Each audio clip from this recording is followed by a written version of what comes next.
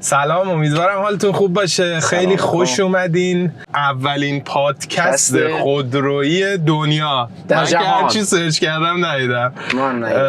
و توی ماشین ما این پادکست ها رو چون مربوط به خودروه توی خود ماشین براتون ضبط میکنیم. امیدواریم که خوشتون بیاد. اگه خوشتون نیامد شاید هم رفتیم تو استودیو. گفتیم یه خورده حال و هواش متفاوت‌تر باشه، یه جا نشینیم با هم صحبت بکنیم، تو ماشین باشه که یه خورده لذتش بیشتر ببریم. آره. امروز در تو چه چیزی می‌خوام توی اولین قسمت پادکستمون صحبت بکنیم؟ امروز میخوام ازت راجع به تفاوت‌های ماشینای هایبرید، تو ایران بهش میگن هیبریدی، و ماشینای بنزینی بپرسم. حالا یه کوچولو هم راجع به ماشینای الکتریکی برامون بگی که چه فرقی داره این ماشینا، برای کی خوبه. آدمایی که میخوان ماشین بگیرن، حالا تکنولوژی هر چی جدیدتر میشه، خب آدما میرن به اون سمت، دوست دارن حداقل امتحانش کنن. ولی منی که میخوام برم ماشین بخرم بدونم که این ماشین آیا به صرفه هست برای من یا فقط قرار پول بیشتری بدم بابت اینکه مثلا این ماشین هایبریده یا الکتریکه، این هزینه‌ام بیشتر میکنه یا کمتر میکنه واقعا. درسته. اینا رو برامون توضیح بدی. اتفاقا فکر کنم خیلی بحث جالب و داغیه. علتش اینه که ماشینای حالا هم هایبرید هم الکتریک خیلی بحث جدیدی نیستن، ولی همچنان ما توی بازه‌ای هستیم که بیشتر ماشینا بنزینی هن. برای همین هم هستش که خیلی مردم گیجن آقا بالاخره من هایبرید خوبه بخرم یا نه، همون چیزی که خود گفتی. اینجوری دسته‌بندیش میکنم. خب 3 مدل مختلف ماشین ما داریم. موتورهای بنزینی که از قدیم الایام بودن، موتورهای هایبرید یک کمک الکتریکی داره به موتور بنزینی، یعنی ماشین ما همچنان موتور بنزینی خودش رو داره که اغلب هم موتورهای 4 سیلندر هستن، اغلب هم 2 لیتری هستن، و بعد از اون یک موتور الکتریکی با بازه کوچیک‌تر. نمیاد اون موتور الکتریکی که رو ماشین الکتریک می‌بینی رو بذار روی ماشین، یک باتری کوچیک‌تر هستش، فقط کمکیه. حالا این خودش 2 دسته داره. یه دستش هستش که بهش میگن هایبرید، دستش میگن پلاگین هایبرید. علت این که دیگه حالا میگم هایبرید یا پلاگین هایبرید واقعا واژه فارسی نداره و فکر می‌کنم توی خود ایران هم ما همینو بهش میگیم. هایبرید ها از موتور بنزینی، از چرخ ها کمک میگیره برای شارژ کردن باتری. پلاگین هایبرید ها یک منبع خارجی وصل میشن، عین ماشین الکتریک وصلش می‌کنی به شارژ، به برق و شارژش میکنه، و در آخر هم میشه ماشین الکتریک که خب طبیعتاً باتری خیلی بزرگی دارن و سعی میکنه قد یک موتور بنزینی به شما یک رنج بده که بتونیم باهاش درایو بکنیم. شروع کنیم ببینیم که اصلا برای کی چه ماشینی بهتر هستش. من میخوام نظر خودم رو بگم و اصلا نظر عددی هم بررسیش بکنیم. این شکلیه که ماشینای هایبرید کلاً یه خورده گرونتر از بنزینی هستن. برای همین هم هستش که قبل از خریدشون باید اینو دقت بکنی که آیا مبلغی که من دارم اضافه تر پرداخت میکنم بابت بنزین اینقدری زیادتر هستش که کاور بکنه قیمت اکسترا ماشین رو. مثلا به فرض مثال شما اومدین یه تویوتا رافور میخواین بخرین، بهتون میگه مثلا $35,000، همینو میگه هایبریدش میگه $45,000. یه چیزی ببینید مثلا 5-6,000 تا $10,000 گرونتره. تو باید پیش خودت ببینی که آقا جان آیا من چقدر میخوام این ماشین رو نگه دارم و این مقداری که میخوام نگه دارم واقعا بیشتر از $8,000 میشه توی مثلا توی این 4 سال، توی این 5 سال. اگر نمیشه چه تایمی میخوام نگه دارم، دقیقاً چه شکلی میخوام از این ماشین استفاده کنم. برای همینم هست که همیشه ما اینو میپرسیم، میگیم که من خودم میشینم یه دونه لیست برای خودم میذارم، مینویسم که آقا جان از اون ماشین چی میخواین بگیریم. واقعا خیلی بهتون کمک میکنه، باعث میشه که لذت ببرین. خیلی موقعا مثلا برای شما آپشن ظاهری، طراحی بیرونی ماشین مهمه. واقعا اینو بشینین بنویسین و بدونین که شاید یه ماشین دیگر هم باشه که این آپشن رو داشته باشه، اون آپشن رو داشته باشه، ولی شما اون قیمتش رو دوست ندارین. چون بعد از این مدتی واقعا مخصوصا این رو من در تو بازار کانادا میگم، توی آمریکای شمالی شما خیلی راحت میتونین ماشین رو جابجا بکنین، ولی این به معنی نیستش که براتون هزینه نخواهد داشت.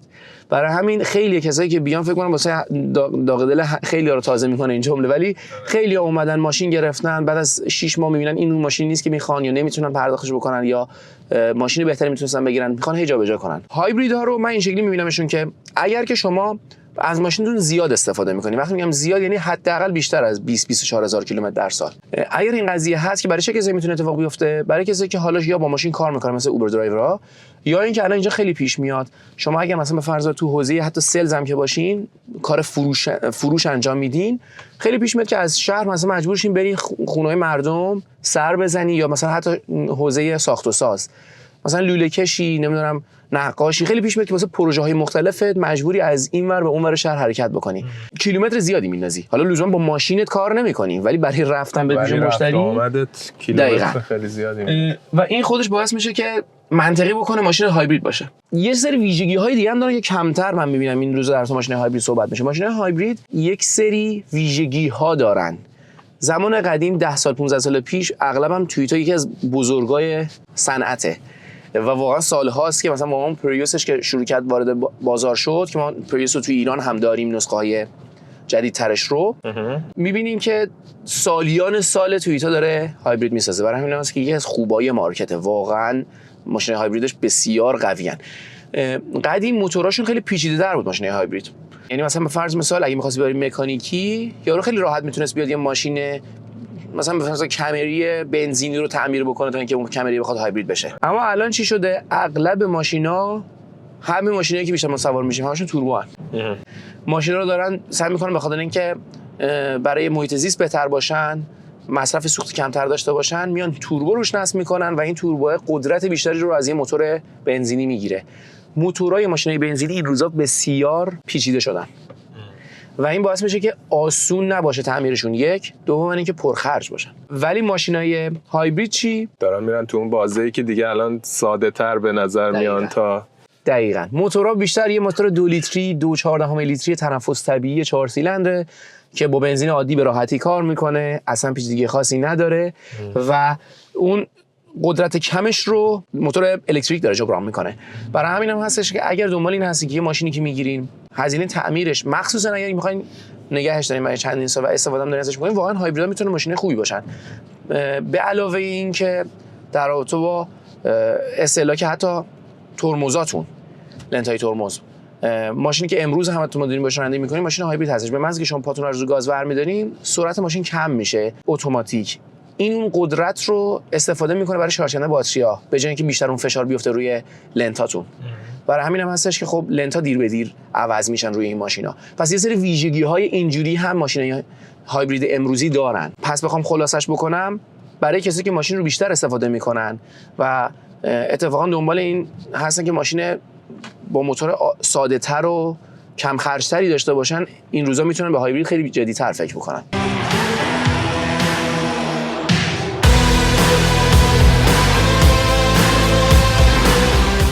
نقطه مقابلش اگر که ماشین رو استفاده نمی‌کنین انقدر، مثلا ماشین رو گرفتین باهاش مثلا سر کار میرین برمیگردین، کیلومتری که استفاده می‌کنین در سال بیشتر از 20000 24000 کیلومتر نیست، واقعا احتیاج جدی نداریم به اینکه ماشین هایبرید بگیرین. چون مصرف سوختی که دارین سیو می‌کنین، کمتر پرداخت می‌کنین، اینقدر نیست، یا نهایتاً دیگه بهتره کنین یر به یر بشه. اغلب مواقع شما دارین از جیب بیشتر پول میدین. مثلا دارین بابت داشتن اون ماشین هایبرید ماهی $200 بیشتر پول میدین که در ماه $60 کمتر بنزین بزنید. میشه میگم؟ برای همین خب خیلی موقع وقتی میاد مثلا یکی از من بپرسه، میگم که آقا جان من اگر جای تو بودم میومدم این مثلا $200 بیشتره رو میگم $60 هم ازش کم میکنم بابت هزینه بیشتر بنزینی که باید بدم، 100 خورده اضافهشو بذار روی ماشینت آپشن دارترش رو بخر. میخوای بری مثلا تریم فلان رو بخری، یه $100 میذاری روش یه تریم بهتر میخری، 4 تا آپشن بیشتر داره، کیفشو میبری. دقیقاً. شهر تورنتو بسیار فروشنده‌های خیلی خوبی داریم توی حوزه خودرو، بچه‌ها بسیار خوب، قوی، خیلی با اطلاعات. خیلی هم هستن که اینطور نیستن و اون چیزی که شما میرین خرید میکنین نمیدونین پیش کی دارین میرین. این یه موضوعی که خیلی مهمه، پیش کی میشینین دارین باهاتون معامله میکنه.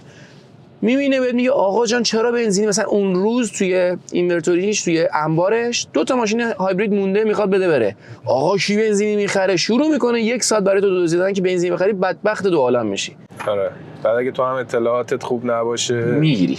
دقیقاً. و اصلا یارو میاد، من رفیق دارم ماشین رو در سال 7-8000 کیلومتر استفاده میکنه، آفیسش به خودش 15 کیلومتر فاصله داره، 15 کیلومتر میره سر کار، یعنی 7-8 کیلومتر میره 7-8 کیلومتر برمیگرده، یعنی در سال 10000 کیلومتر نمیره، رفته هایبرید گرفته. خب کجا میخوای استفادهش کنی هایبرید رو؟ واقعا به دردت نمیخوره، فقط داری بیشتر پول میدی. دقیقاً پول ماشین رو میدی بدون اینکه از آپشناش بهره ببری. حداقل میتونه بعد توی یه کشوری که ماشین رو از کارخونه تحویل میگیری چند $10,000 ازش میره. دقیقاً باز ایران باشه آدم میگه این بیشتر دارم پول میدم اول سود میکنن. دقیقاً واقعا اونم یه بحث دیگه است که سود هست اصلا یا نه. آره اون وارد بحث اقتصاد میشه گیش میگیره اونم. آره ولی دقیقاً حرفت کاملا درسته. یه سری چیزا هست من در تو بازار کانادا میگم. من اگر ایران بودم همون هایبرید رو میگرفتم لذتشو میبردم. وارد پروسه پلاگین هایبرید نمیکردم خودم رو. هرچند که پلاگین هایبرید هم هنوز بسیار گزینه مناسب و عالیه، به خاطر اینکه شما هم میتونی از داشتن ماشین الکتریک بهره ببری، بخاطر اینکه باتریش بزرگتره. شما میتونین با هر بار شارژ یه چیزی ببینید بسته به نوع کمپانی که دارین ازش میخرین. مثلا اون رنجی که تویوتا میده روی مدل‌های مختلفش با میتسوبیشی با مثلا بی ام و فرق میکنن.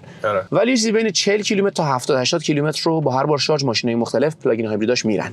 یعنی تو میتونی قشنگ اگر زیر 80 بین 40 تا 80 کیلومتر حالا بسته به ماشین که میگیری فقط ماشین برق استفاده میکنه و موتور بنزینی روشن نمیشه اصلا. دقیقاً. الان یه اشتباهی که هست من خیلی دیدم حتی صفحه‌های کسایی که ماشین بررسی میکنن میگه که آقا جان ماشینت اگر که زیر 40 تا بری ماشین فقط مثلا موتور برقیش رو استفاده میکنه تو ماشین هایبرید.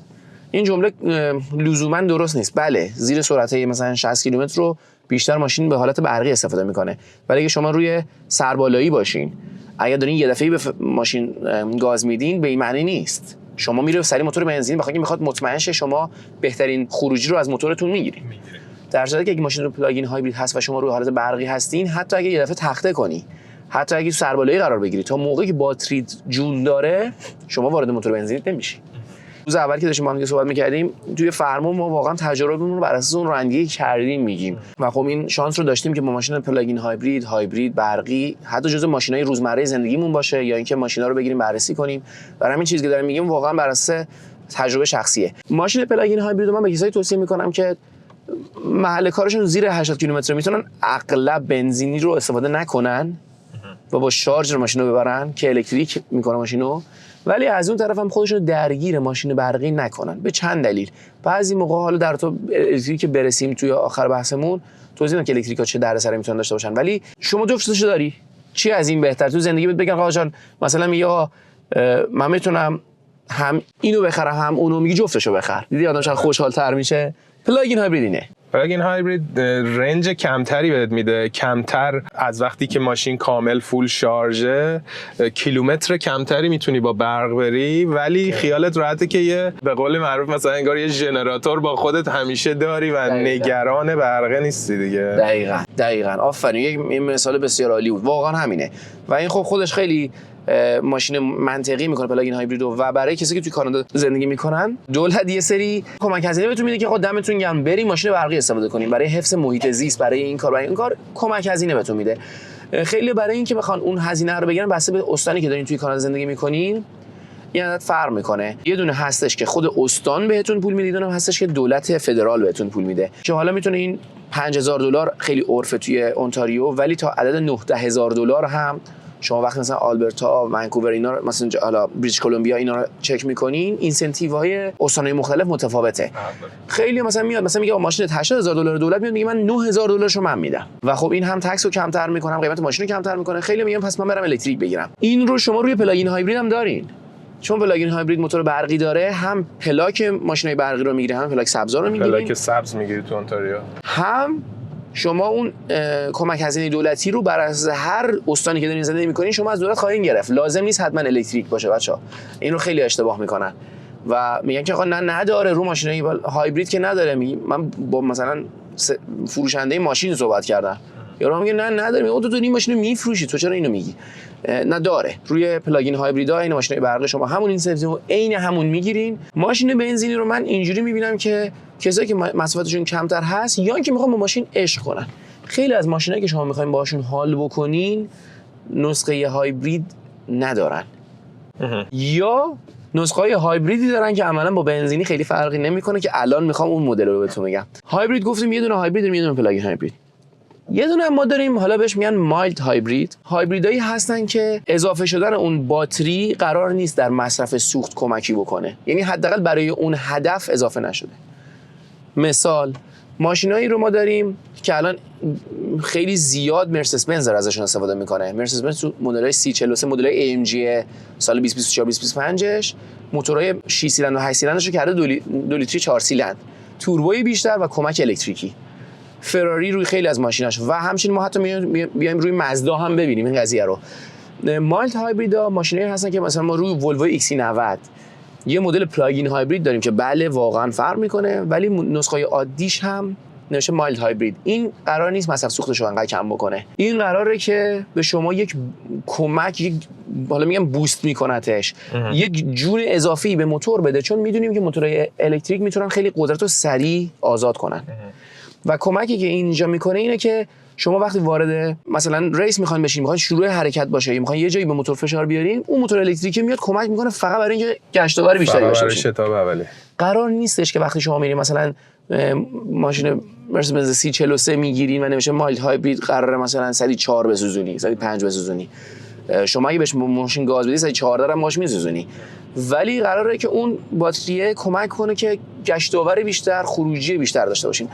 اینم برای اینکه پس ذهنتون داشته باشین که پس فرقش چیه. روی مازدا هم هست، مازدا موتور پلاگین هایبریدش که بگیرین خوبه، مدل عادیشو که میگیرین فقط بیشتر استفاده میشه برای اینکه جون بیشتری به موتور ماشینتون بده. خیلی موقع ماشینی که شما دنبالش هستین باید بری بنزینی بگیری، قیمت بهتر بهت میدن و مصرفت هم انقدر زیاد نیست. من مثلا بخوام براتون مثال بزنم، شما اگه بخواین لکسوس بخرین، چه انیکس چه آریکس، مثلا موتور بنزینیشو بخواین بخرین، خیلی موقع مثلا اینترست ریت میذاره براتون 1.99 2.99. همونو بخواید مثلا هایبریدشو بگیری گذاشته 7.99 6.99. میبینی که خیلی موقع روی ماشینای هایبرید به خاطر تقاضای بالا توی مارکت اینترست ریتاش بالاتر از مدل بنزینیه. برای همین هست که میگم واقعا قبلش بشینید 2 تا 4 تا بکنین رو حرف مردم. یه سری ها هستن من دیدم حتی یارو اوبر میکنه، ولی مثلا میگه آقا من مثلا الان کارم سبکه، برای کمک هزینه خودم میخوام مثلا یه شنبه های 4 ساعت هم اوبر کنم، یک شنبه های 4 ساعت هم اوبر کنم. نه واقعا لازم نیست تو بری هایبرید بگیری. اون فرق داره با کسی که اوبر میکنه مثلا روزی 200 کیلومتر 250 کیلومتر 300 کیلومتر با ماشین راه میره. من مثلا رفیق دارم توی یه سال با ماشین مثلا 120,000 کیلومتر راه رفته. بله تو اون تفاوتش رو نگاه بکنی واقعا $12,000 میتونه سیو کرده باشه روی بنزین وقتی ماشین هایبرید داشته باشه. ولی میگم این 2 تا 4 تا رو بکنی خیلی فرقش میشه.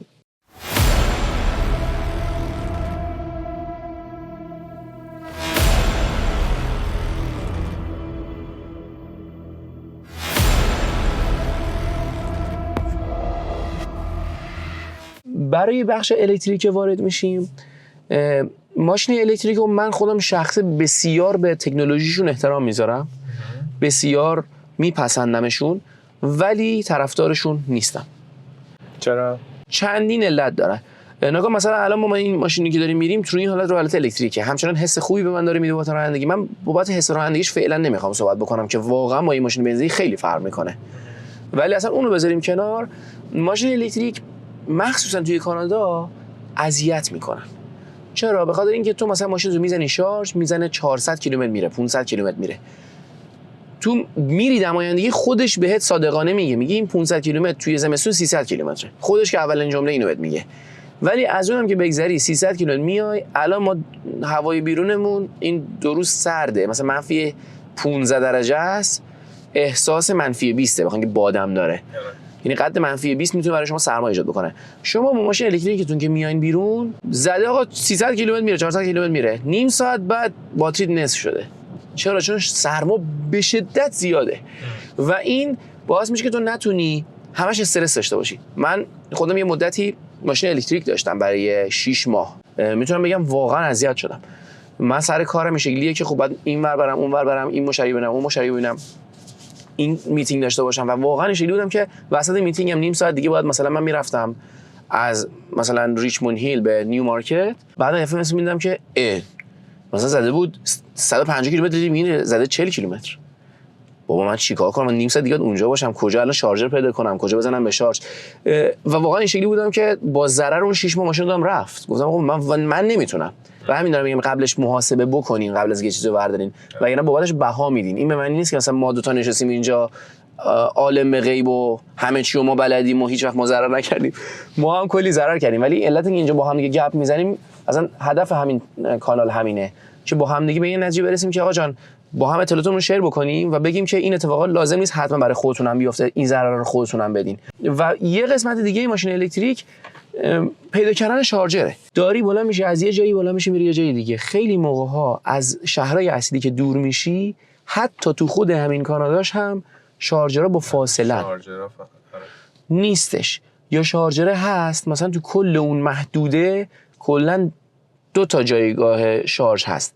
میرسی مسافرت داری میری شلوغه، میری 20 تا ماشین تو صف وایسادن. پس تو مثلا ماشین خریدی خیر سرت که لذتش رو ببری. آقا ما دیگه پمپ بنزین نمیریم، ما لذت میبریم. خب تو که داری میری اونجا مثلا توی پمپ بنزین باشه هر کدوم میخوان 5 دقیقه وقت بگیرن، شما تمام میشه میره. هر کدوم میخواد حداقل نیم ساعت وایسه. حداقل نیم ساعت. کسی هم که بعد از اون بدبختی به اون شارژر برسه نیم ساعت شارژ نمیکنه آقا. 100% فول تایم میخواد بشه که فول تایم 1 ساعت زمان میبره. تازه اگر اون شارژرات فست شارژ تسلا باشن بعضی موقع 2-3 ساعت 4 ساعت هم میتونن طول بکشن.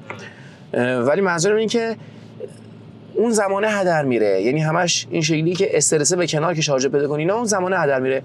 به کیا توصیه میکنم ماشین الکتریکی رو؟ بسیار نزدیکین، یعنی محل کارتون به شدت به خونه نزدیکه، قطعاً الکتریک بگیرید. اگر که 2 تا ماشین داری، تو ماشین داری برای مسافرتت میخوای ماشین بنزینیت بری، دمت گرم، برو لذتشو ببر.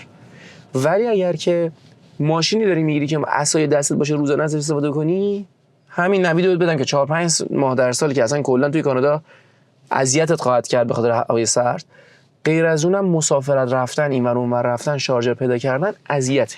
اگر که حتی داری اوبر میکنی ولی مثلا تو خیلی‌ها هستن، خیلی جاها هستن که شرکت‌ها شارژرهای مجانی دارن، یا مثلا تو کسی رو میشناسی توی ساختمونتون مثلا فرض دستگاه گذاشته برای کارمنداش، به تو هم میده استفاده کنی. یا تو خونتون داری مثلا جایی زندگی میکنی که حالا اجاره کردی یا خریدی که شارژر وصل کردی برات خیلی ارزون میفته. هر چی این دیگه داستانش با خودتون. اگر اونو دارین میتونین مثلا صبح میرین کار میکنین، داری مثلا رو ماشینت کار میکنی با اوبر، 5 ساعت کار کردی شارژر تموم شد، میای خونه میزنیش به شارژ، 1 ساعت 2 ساعت شارژ تو خودت هم یه استراحتی بکنی، دوباره سوارشی بری، 100% ماشین الکتریک بردار. هزینه‌اش قطعا برات به نفعته، قطعا هزینه‌اش کمه. ولی اینو در نظر بگیر که اگر این شرایط رو نداری اذیتی. پس یا اگه داری با ماشین کار میکنی دسترسی خوب به شارژر داری میتونی اونجوری شارژش بکنی، اگر نه واقعا حتی برای اوبر درایور هم ماشین الکتریک منطقی نیست، مگر اینکه میگم این شرایط رو داشته باشه. یا اینکه شما خونتون نزدیک ماشین اضافه تر دارین، آدم بسیار مثلا احترام زیادی برای طبیعت قائلین که هرچند که حالا کلی این بحث داره.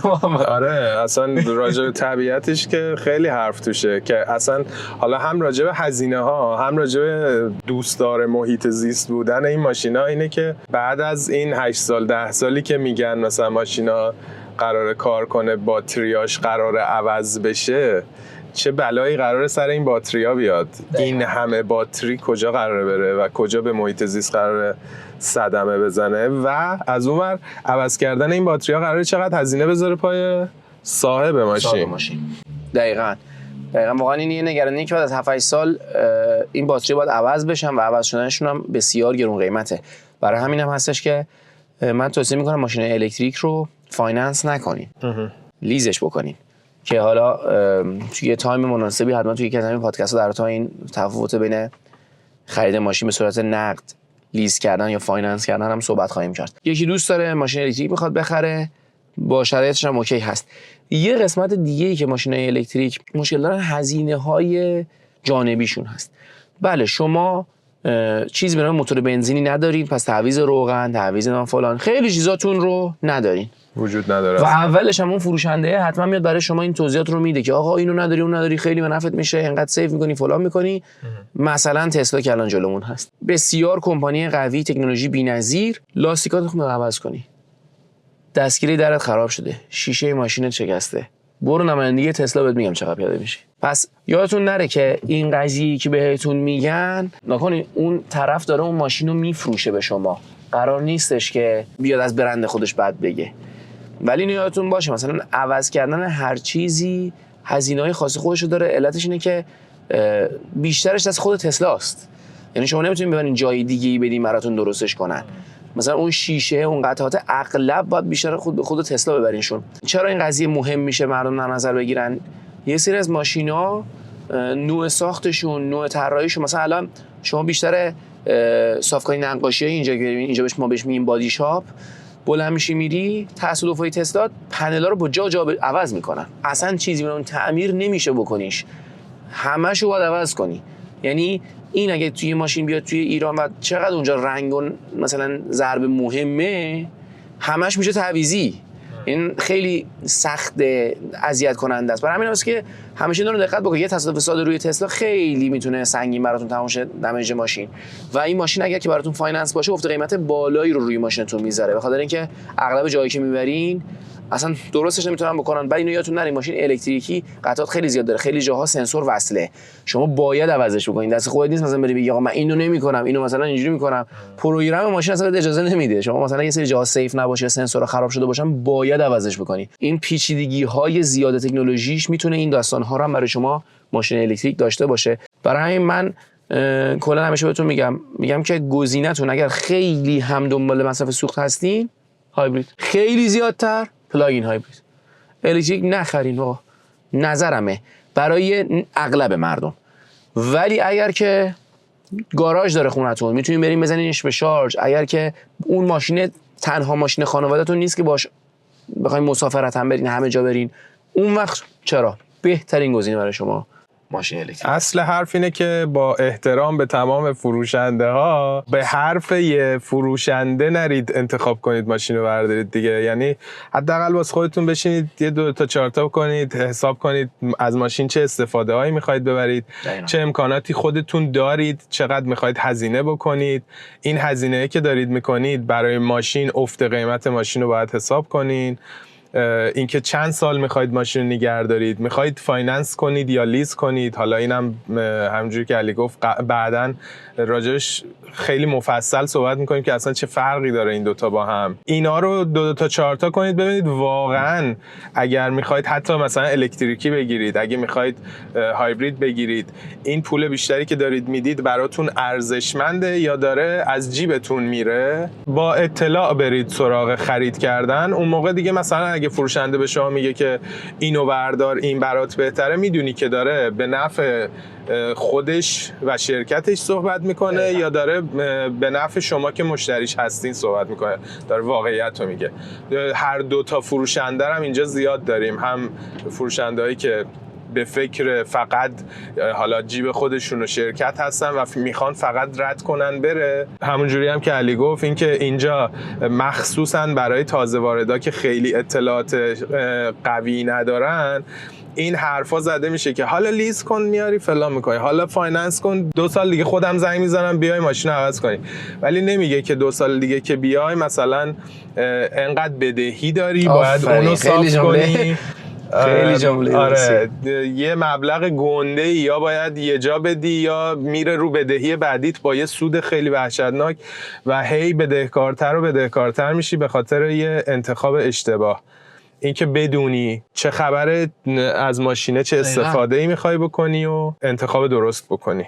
دقیقاً. و میگم حالا حتما توی پادکست هامون بهشون اشاره میکنیم. حتی اون روز داشتیم با محمد صحبت میکردیم در مورد اینکه تو طول مدت حتی پروسه خرید ماشین رو با هم دیگه یه بررسی داشته باشیم، بگیم که اصلا این روزا ما میخوایم ماشین بخریم بعد از یه چند سال سر کله زدن، کلی ضرر کردن و این حرفا، این روزا چجوری ماشین میخریم، چه چیزایی رو انجام بدیم قبل از اینکه بریم بشینیم و سیلز پرسن رو ببینیم. و اینکه حتی یه سری سیلز پرسن هم سعی میکنیم که کسایی که واقعا کار درستن اینجا دارن کار انجام میدن سعی کنیم معرفی بکنیم. هم یه حمایتی هستش، همین که واقعا بسیار مهمه، بسیار بهتون کمک میکنه. تفاوتش رو شما موقعی میبینین که باهاش گپ میزنی، به توضیح میده، بر اساس حرفی که ما هم میزنیم میگه آها تو که الکتریک بر نداره، تو مثلا جفتش هم داره، مثلا هم هایبرید رو داره هم بنزینی رو داره. و واقعا افرادی هم هستن اینجا که میگه آقا این کارو نکن و واقعا داره به فکرت حرف میزنه. و کسایی هم داریم که واقعا بر اساس اون چیزی که تو ماشین الان میدونه، شما ماشین از باهات صحبت میکنه، میگه سلام چطوری، میگه قربون شما، آقا من ماشین میخوام هفته بعد میخوام شروع کنم اوبر کردن، اصلا زندگیم رو حواس من لازم دارم، میدونه هایبرید تا 8 ماه دیگه هم نداره، بعد میگه آقا من هایبرید میخوام. آقا هایبرید به دردت نمیخوره پسر خوب، دیوانه شدی، فلانه بیساره. نمیگه که آقا جان 2 کلام بگو من اصلا هایبرید ندارم اصلا تو مارکت نیست، حداقل اونو بگو، نگو که مثلا به دردتون نمیخوره. چون بیا من اینو بهت میدم، این بهتره، اونجوریه. اینا رو میخوام بهتون بگم. حالا در طورش صحبت میکنیم. تو بین این ماشینا تو فکر میکنی خودت کدومو بیشتر ترجیح میدی؟ بنزینی رو بیشتر هستی، هایبرید، پلاگین هایبرید یا الکتریک؟ من الکتریک رو خیلی دوست دارم، ولی با توجه به اینکه جدیداً داداشم الکتریک خریده و یه خورده بحثش طولانی، به جایی که از دور بهش نگاه کنم دارم توی خود قضیه وارد شدم. مثلا اینکه من اولین بار سرچ کردیم ببینیم مثلا دور و بر خونه نزدیکترین شارژر کجاست. قبل اینکه شارژر تو خونه نصب شده باشه ماشین رو تحویل گرفته بود، میخواستیم ببینیم شارژر کجاست. مثلا باید 15 کیلومتر میرفتی تا برسی به اولین شارژر. 15 کیلومتر شاید از دید بچه‌هایی که دارن از ایران نگاه میکنن حتی برای پمپ بنزین هم یه چیز طبیعی باشه، چون خیلی ولی اینجا مثلا شما از خونه میخوای برسی به پمپ بنزین 1 کیلومتر 2 کیلومتر نزدیکترین پمپ بنزینا همیشه هستن. و همین 15 کیلومتر 20 کیلومتر تو زمستون داستان میشه. بعد این تعداد کم و بعد اینکه من به شخصه الکتریک غیر از تسلا نشستم و نمیدونم که چه فیلی بهت میده. احساس سواری خود تسلا رو نسبت به ماشینای دیگه‌ای که سوار شدم راستش اونقدری که فکر میکردم خوب باشه دوست نداشتم. حالا یه ویدیوی تست و بررسی تسلا هم به زودی میاد میبینین. اینم بهتون بگم که تست و بررسی همین ماشینی هم که الان سوارشیم اگر ندیدین توی کانال هست برید ببینید. دقیقاً واقعا از دست ندید. من ترجیح خودمم الان اگر بخوام ماشینم رو عوض کنم هایبریده، چون نمیدونم چرا، شاید باز اینم چیز من اشتباه باشه، با اینکه فاصله خونم تا محل کارم خیلی کمه و رفت و آمد روزانه من با ماشین زیاد نیست، رنج کیلومتری که پلاگین هایبریدا میرن خیلی پایینه، حس خوبی بهشون ندارم. نمیدونم چرا که بخوام این همه پول بدم. آیا مثلا اگر بخوام مسافرتی برم چیز باشه این ماشین میخواد قرارش تبدیل بشه به بنزینی توی راه طولانی؟ ترجیح میدم هایبرید بگیرم، هم مصرف بنزین کمتر داشته باشم، هم ماشین هم زمان برق و بنزینه، هم استرس شارژر ندارم. آخه این دقیقا واقعا صاحب ماشین الکتریکی هستین میفهمین یعنی چی استرس شارژر داشتن. استرس شارژر به نظرم کسایی که حتی هیچ وقت ماشین نداشتن هم میتونن بفهمن. آقا مثلا شما فرض کن یه نصف روز دسترسی به هیچ برقی نداری، گوشیت هم باتریش ضعیفه، مثلا همش استرس داری گوشیم خاموش نشه. باتری ذاتش اصلا همینه. توی فیلم برداریامون هم اینو تجربه کردیم، شما هم ممکنه تجربه کرده باشین که هر دستگاهی که باتری داره توی سرما زودتر خالی میکنه. بعد این استرس هم همیشه هست که یه منبعی دارم که اینو شارژش کنم یا نه. حالا راجع به گوشی و اینا الان دیگه پاور بانک و 1000 جور دم دستگاه و ماشین و اینور و اونور میتونی وصلش کنی، ولی ماشین که برقی باشه مگه اینکه یه موتور برق دقیقاً دیگه. الان بود خیلی ویدیوهای خنده‌دارش هم اومده بدون که یه سریا طرف از این F-150 خب موتور برقیش هم اومده، F-150 لایتنینگ، ماشین بسیار بسیار هیجان انگیزی هم هست و طرف توی قسمت بد ماشین، قسمت عقب، قسمت بارش، یه دونه از این جنراتور برقا گذاشته بود بنزینیا، روشن کرده بود، زده بودش ماشین رو به شارژ بکنه که وسط راه ماشین خاموش شده بود. میگفت مثلا شما الان دارین سعی میکنین که مثلا بنزین نسوزونی، الان که مثلا موتور برق گذاشتین پشت ماشین. در صورتی که مثلا همون F-150 خیلی باتری قوی هم داره ها، در این حد که مثلا بهتون میگه اگر شما خونه‌تون برق نداشت میتونید از طریق ماشین به خونه برق برسونید، از ماشین به عنوان ژنراتور خونه استفاده کنید. ولی به هر حال هر چقدرم تازه تو کانادا داریم زندگی میکنیم و امکانات خیلی بروزه و اینا، هر چقدرم حساب کنی اون استرس شارژ رو دوست ندارم که هر جا میخوام برم من باید بشینم حساب کتاب کنم که از اینجا به اونجا چند بار باید وایسم، کجاها باید وایسم، اینو اگه میس کنم بعدی کجاست. آره آفرین. اینا رو ترجیح میدم که برم بنزین. آره 2 دقیقه بنزینمو بزنم گازشو بگیرم برم. دقیقاً. آخه اینجا پمپ بنزین صف وای نمیسین. نگاه غیر از کاسکو که کسی مثلا کاسکو خیلی زیاد بنزین رو به نسبت بقیه ارزون تر میده. آره. مثلا بعضی موقع مردم صف وای میسن و این حرفا. پمپ بنزین دیگه من حالا میتونم بگم تو این چند سال شاید یک بار شده یه بار وایسادم ماشین روبروی بنزین بزنه برام بنزین بزنم. من هیچ وقت صف بنزین همونی که گفتم چون تعداد پمپ بنزین اینقدر زیاده اصلا احتیاجی نیست شما صف وایسی. وای میسی 30 ثانیه بنزین میزنی میری همش باید مثلا بشینیم. میگم مخصوصا اگر اینکه مجبورین تا یه روز شارژش کنین. آره اگه میگم گاراژ دارین میرین شب میذارین خونه صبح سوار میشین 100% شارژ میرین سر کارتون میرسین کارتون انجام میدین برمیگردین دوباره میزنینش خونه شارژ تا صبح عالیه. شما اصلا متوجه این قضیه نخواهید شد. ولی این قضیه هم خب خیلی ایدئاله. میشه میگم ببین حتی میتونه مثلا تو میتونی یه راننده اوبر باشی شارژر هم تو خونت داری و حالا مثلا میدونی آقا مثلا از این راننده اوبرایی که رکورد میزنن هم نیستی میخوای مثلا یه 100-120 دلار در بیاری بری خونه استراحتتو بکنی باز الکتریکیه کارتو کامل را میندازه و مشکلی برات ایجاد نمیکنه. دقیقاً.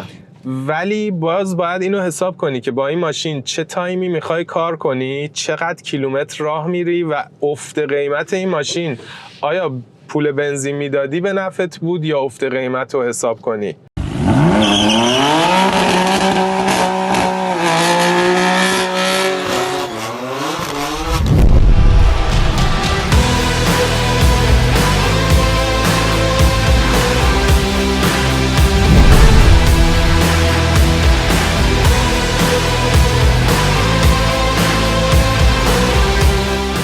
ایران هم یه سری ماشینای چینی و البته اگر اشتباه نکنم ولوو وارد شده که چرا تو چینی دوست نداری؟ من اصلا چینی دوست ندارم به خاطر اینکه میدونم ماشین چینی زیر 5 سال یه هزینه گنده رو دستتون میذاره.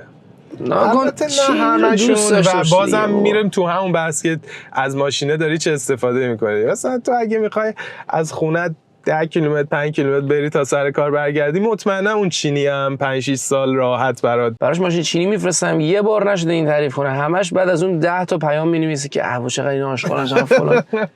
و از ظاهر ماشینای چینی هم تا حالا من ماشین چینی ندیدم از قیافش خوشم. انصافا ماشین چینی خیلی خوب دارن پیشرفت میکنن. نکنین الان که دارم میگم ما یه دونه ماشین چینی هم توی کانادا نداریم.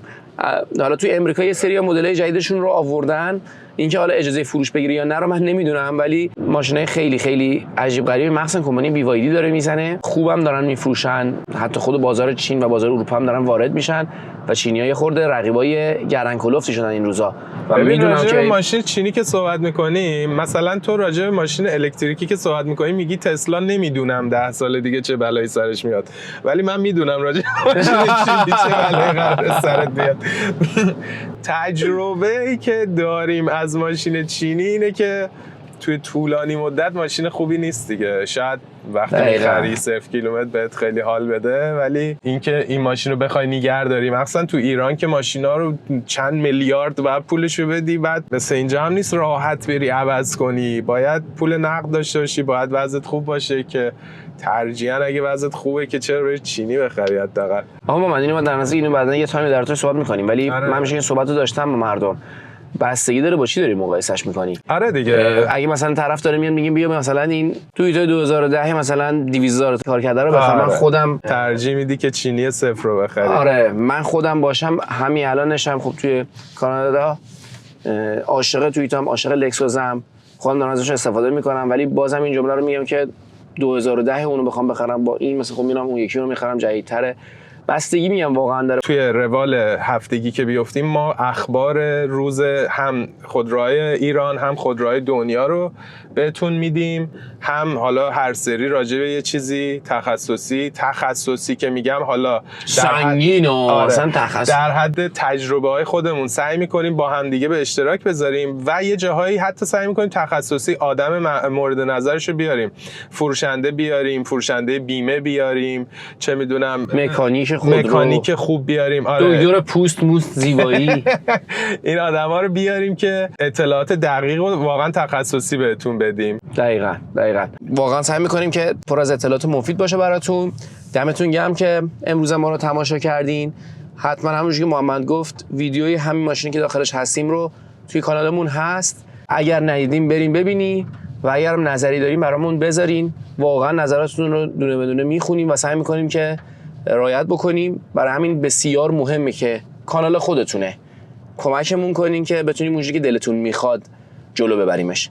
دمتون گرم. بهمونم بگید که چه ماشینایی رو دوست دارید تست و بررسی کنیم. بچه بوگاتی نگین جانتون دسترسی نداره. 2-3 نفر برام نوشتن بوگاتی شیرون. آره ماشینای هر ماشینی دوست دارید بنویسید به غیر از بوگاتی و یه لیستی که اینجا دارن. آخه یه سری پیام من گرفته بودم ماشینای مثلا رفتم سرچ کردم مثلا حالا کوینیگزت گذاشته بود بعد مهم نیست کوینیگزت گذاشته بود من سرچ کردم دیدم از اون مدل کلا مثلا 43 تا تولید شده تو جهان. نکنید خب یه خورده زمان به ما بدین به روی چشم. آره ما رو حمایت کنین که بتونیم ادامه بدیم این راهو دیگه. حمایت هم برای شما هیچ هزینه‌ای نداره. 2 تا دکمه است: لایک، سابسکرایب و کامنت هم برامون حتما بذارین. کامنت هم که بذارین. لینکش هم عین همیشه من میذارم پایین بکشیم بالا. مرسی که با اون بودین. دمتون گرم. به اون دوربین ناک خدافظی. خدافظ. نه تو تسک گفتم. خدافظ. صحنه خدافظی قشنگی میشه. زارت